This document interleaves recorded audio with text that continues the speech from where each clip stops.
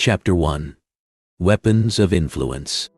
I once met a man who noticed something uncomfortable about himself. He often agreed to things he never planned to accept. Donations, subscriptions, and favors seemed to enter his life without a clear decision. He wasn't careless or unintelligent. He was simply human. Instead of blaming himself, he became curious about why people say yes so easily. One day, a shop owner shared a strange experience. Her store was full of beautiful jewelry that tourists admired but never bought. The items were good, the prices were fair, yet nothing moved. Out of frustration, she left a note before traveling. She asked her staff to reduce the price of the unsold items. When she returned, every piece was gone. What shocked her was not the sale itself. The prices had not been lowered. They had doubled. Nothing about the jewelry changed. Only the number on the tag was different. Suddenly, customers saw value where they had seen none before. This made the man realize something important. People were not judging quality. They were responding to a signal. To understand this behavior, he looked at nature. Many animals react automatically to specific triggers. They don't analyze or hesitate. They act.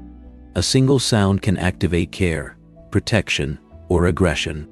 Without that sound, the behavior never appears. The action is not thoughtful. It is automatic. This led to an unsettling idea. Humans may have similar switches. Certain cues might trigger behavior without conscious thought. These shortcuts are not flaws. The world is fast, complex, and overwhelming. The brain relies on patterns to survive. Price becomes a shortcut for quality. Familiarity becomes a shortcut for trust. Authority becomes a shortcut for truth. Most of the time, these shortcuts work. But when someone understands them, they can be activated on purpose. Salespeople learn this quickly. They do not force decisions. They arrange the situation. They show the worst option first so the next looks better. They raise expectations so normal prices feel cheap. The contrast does the work. The most powerful influence does not feel like pressure. It feels like your own choice. That is the real danger. When the switch is pressed correctly, no argument is needed. You believe the decision came from you. This chapter is not about resisting influence yet. It is about seeing it. Once you notice the switch, you start asking a better question. Not why did I say yes, but what triggered the yes. As the man observed more closely, he noticed how often people rely on mental shortcuts. These shortcuts save time, energy, and effort in a world that never slows down. Without them, every decision would require deep analysis. People would freeze, overwhelmed by choices, unable to act quickly enough. So the mind learns rules that usually work. Expensive often means better. Popular often means correct.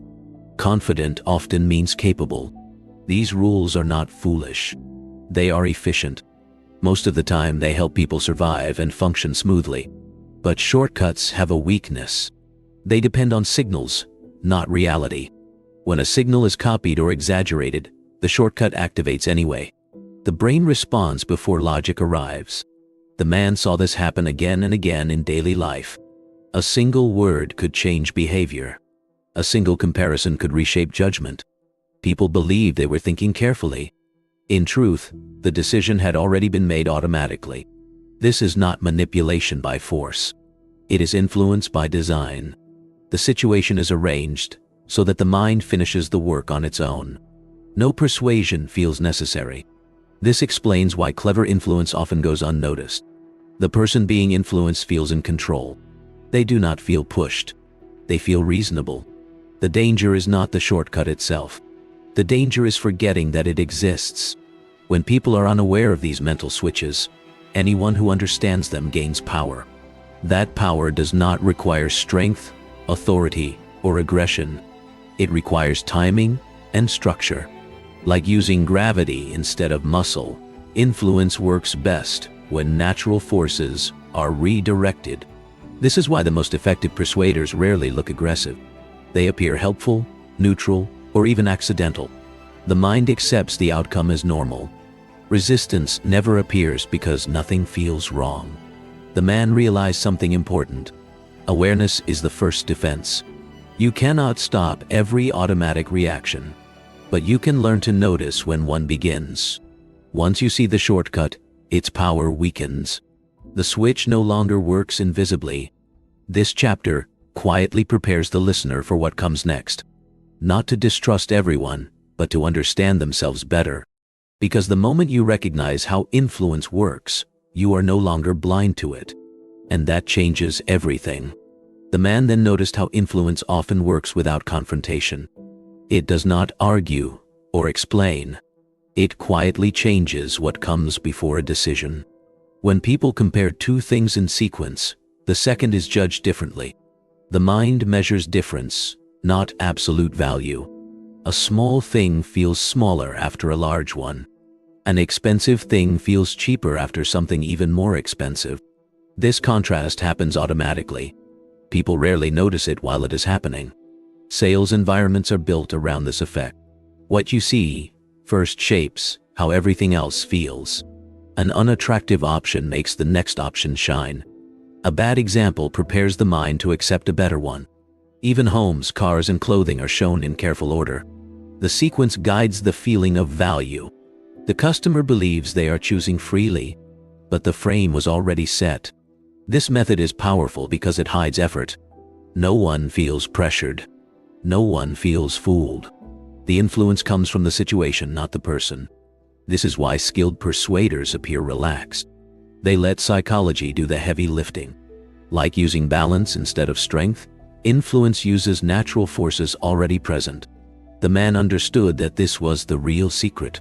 Influence is strongest when it feels invisible. People rarely defend against what they do not notice. That is why awareness matters more than resistance. You do not need to fight every influence. You need to recognize when a situation is guiding you. Once you see the structure, the spell weakens. The shortcut slows down. You begin to pause. You begin to ask whether the comparison is fair. This pause creates choice. And choice restores control. The chapter ends with a quiet warning. Automatic behavior is useful, but it comes at a cost.